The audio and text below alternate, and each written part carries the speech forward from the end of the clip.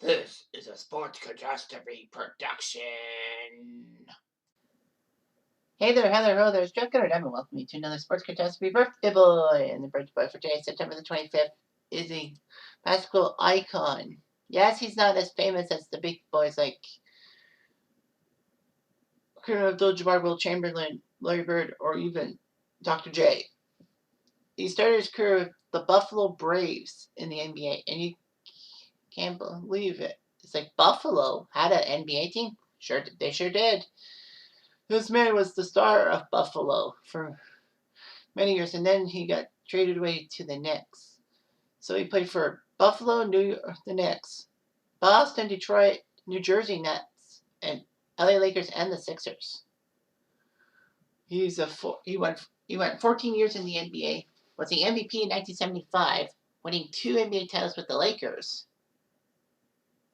and was inducted to the Basketball Hall of Fame in 2000, and it was part of the 75th anniversary team for the NBA in 2021. He spent 14 years in the NBA and 7 in Italy, and actually ended up winning a title with both leagues, which was unusual. He even was an assistant coach with Miami, winning 3 rings with them. So that's good. He's the McAdoo. I know it's McAdoo, but anyways, Bob McAdoo. Bob McAdoo today turns 71 years old. He was raised in Greensboro, North Carolina, and could not have the academic test scores required by the Division I schools. So he went to Vincennes University, a junior college in Indiana, for 3 years.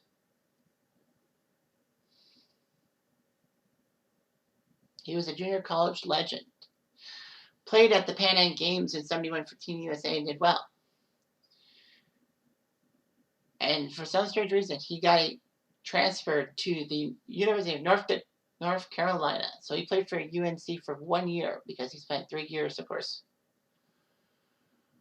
in junior college. So he helped North Carolina get to the Final Four of the 72 tournament, NCAA tournament. He won early eligibility for the 72 NBA draft under the hardship clause because of family hardship. McAdoo was consulting with Dean Smith, who gave him the blessing.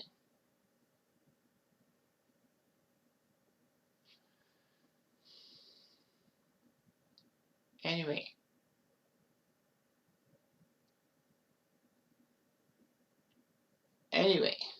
Bob McAdoo legitimately was. They were thinking he would sign with Virginia of the ABA.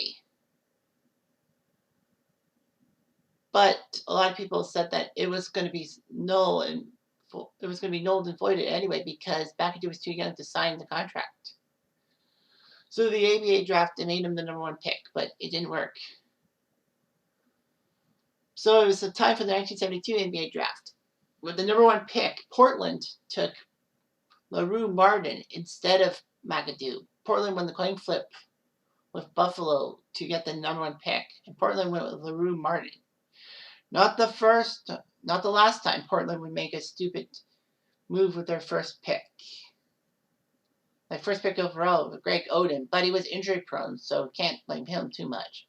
And of course, let's not forget Sam Bowie, 1984. Regardless, Buffalo saw that he wasn't going to go number 1, so guess what? They picked him number 2. And McAdoo signed with the Braves and did not sign in the ABA, so problem avoided. He was obviously going to be named Rookie of the Year. I mean, the guy was a legend. LaRue Martin? Not so much. McAdoo won 3 straight scoring titles, which was amazing. It's like, he did that? Yes, he did, I guess. But of course, McAdoo was always frustrated with Buffalo's losing and all that. And a lot of people were like, Buffalo had an NBA team? They did, yeah. They came in the league in 1970, played in Buffalo until 1978, and then left for San Diego. And then in 84, they left for Los Angeles to be the LA Clippers. Bet you didn't know that. And bet you didn't know that Buffalo played some home games at Maple Leaf Gardens in Toronto. Weird. Too bad Canada never got an NBA team until 95. But anyway, in his second season in 73-74, he became the last player in NBA history to average at least 30 points and 15 rebounds per game. Are you nuts? Not even Kareem Abdul-Jabbar did that. Wow. McAdoo did well. Got Buffalo to the playoffs, but they would lose to the Celtics in the first round. In 75, he was the MVP. A lot of people thought it was Wes Unseld, but no, he won the MVP. 34.5 points per game. Amazing. He helped Buffalo win 49 games, but unfortunately lost in the first round to the Washington Bullets, who were supposed to be the heavy favorites to win the 1975 title, but a little team called Golden State ruined that. But he did get Buffalo out of the first round in 76, taking down the 76ers, who were not yet with Dr. J, because Dr. J was still in the ABA at the time. Unfortunately, Boston would knock down Buffalo in the second round of the playoffs and win the title. McAdoo looked pretty good with a career-high 29 rebounds, but for some strange reason, Buffalo decided to trade McAdoo with Tom McMillan, a legend with the University of Maryland, to the New York Knicks for John Giannelli and cash. It's like, what the hell? What was Buffalo doing? McAdoo would put up 26 points per game in his 52 games with the Knicks in the 76-77 season. They missed the playoffs. He joined the Knicks that had Will Clark Frazier, Earl Monroe, Spencer Haywood, Bill Bradley. Bill Bradley was still playing? I thought he left. And Phil Jackson. Yes, that Phil Jackson. The Knicks would have a new coach, Willis Reed, and they would actually win the mini first round series with Cleveland to face the Sixers, who had Dr. J in their corner and swept the Knicks. McAdoo still could put up the points, but, that's not good. Red Holtzman was hired mid-season by the Knicks in 78-79. And shockingly, February 1979, during the trade deadline, McAdoo was traded to the Celtics for three first-round picks. Boston mortgaged 3 first-round picks in 1979 for Bob McAdoo. Of course, all 3 picks would actually not pan out, although Bill Cartwright was a decent pick and would win titles for the Bulls in the 90s as the backup center. The other 2 were not so well. So Boston mortgaged themselves. Boston didn't do so well in the 79 season. Dave Cowens was fired as coach and replaced by Bill Fitch. Larry Bird came from Indiana State. Of course, with the juniors allowed to be drafted in 78, the Celtics mortgaged themselves to get Larry Bird. McAdoo would then be traded before the 79-80 season to Detroit for a number 1 draft pick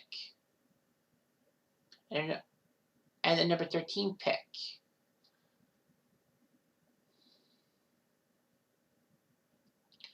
So it was hard to believe in all that.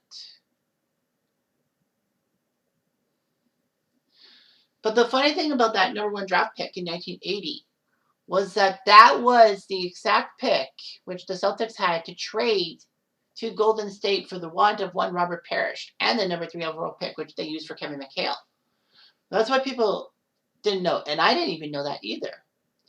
So the Pistons ended up being the terrible team in 1980. They would have had the number 1 pick, but of course that was traded to Boston. Boston ended up winning the coin flip, getting the number 1 pick, trading it to Golden State for the number 3 pick. And I think they picked to trade number 13, didn't they, Ricky Brown? I think they did. But anyway, Golden State gave them the number 3 pick, which was Kevin McHale and Robert Parrish. Boston fleeced them.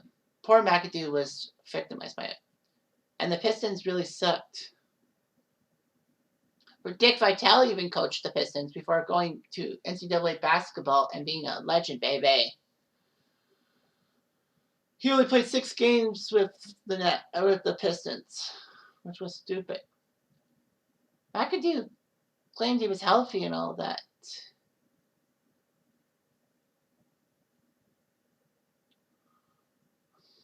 But McAdoo was upset. Detroit decided to dump him off for a couple of seasons. And then he signed with the Nets to play 10 games with them.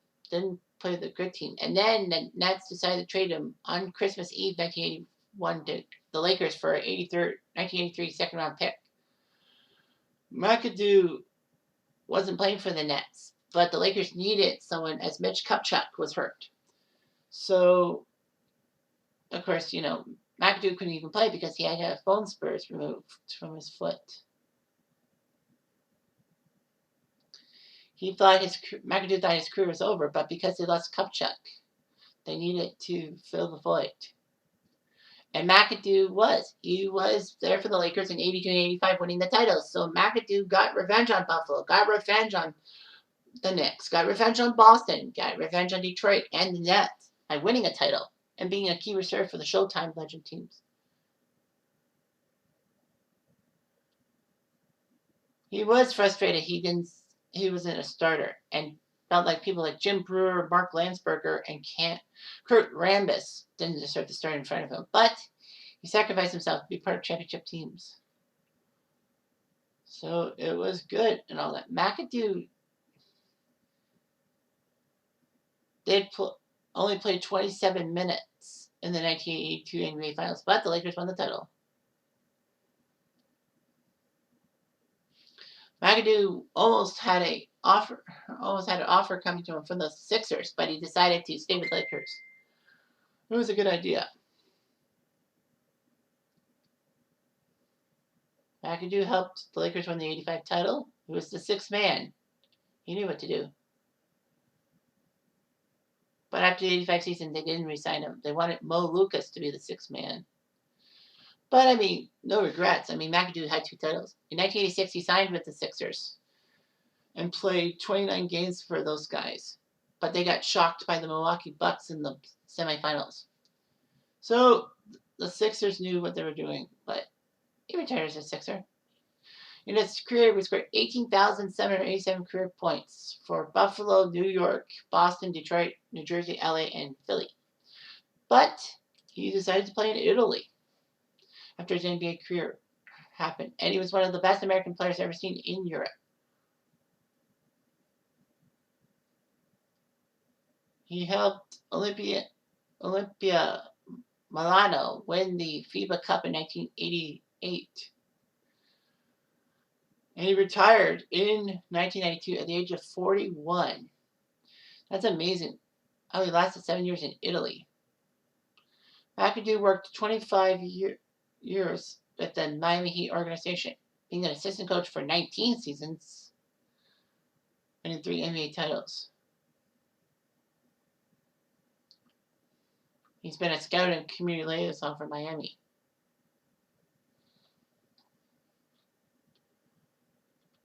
Anyway, McAdoo's wife died of cancer in 1991, having 4 children.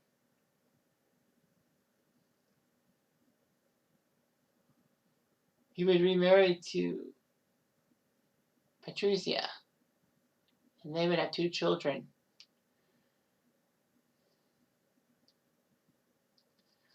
Her daughter Rashida is a professional tennis player, but I don't remember her being there. And Ryan McAdoo played for North Carolina. Anyway, McAdoo took part in a couple of goodwill tours to South Africa and the Basketball Without Borders program. He was treated for a blood clot in his leg.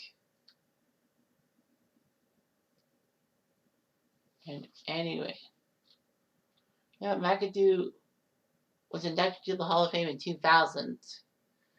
And in 2006 into the College Basketball Hall of Fame. And part of the 75th anniversary team for the NBA. So, fantastic. He wouldn't have too much luck in the playoffs, except for an 82 and 85. But you know what? It doesn't matter.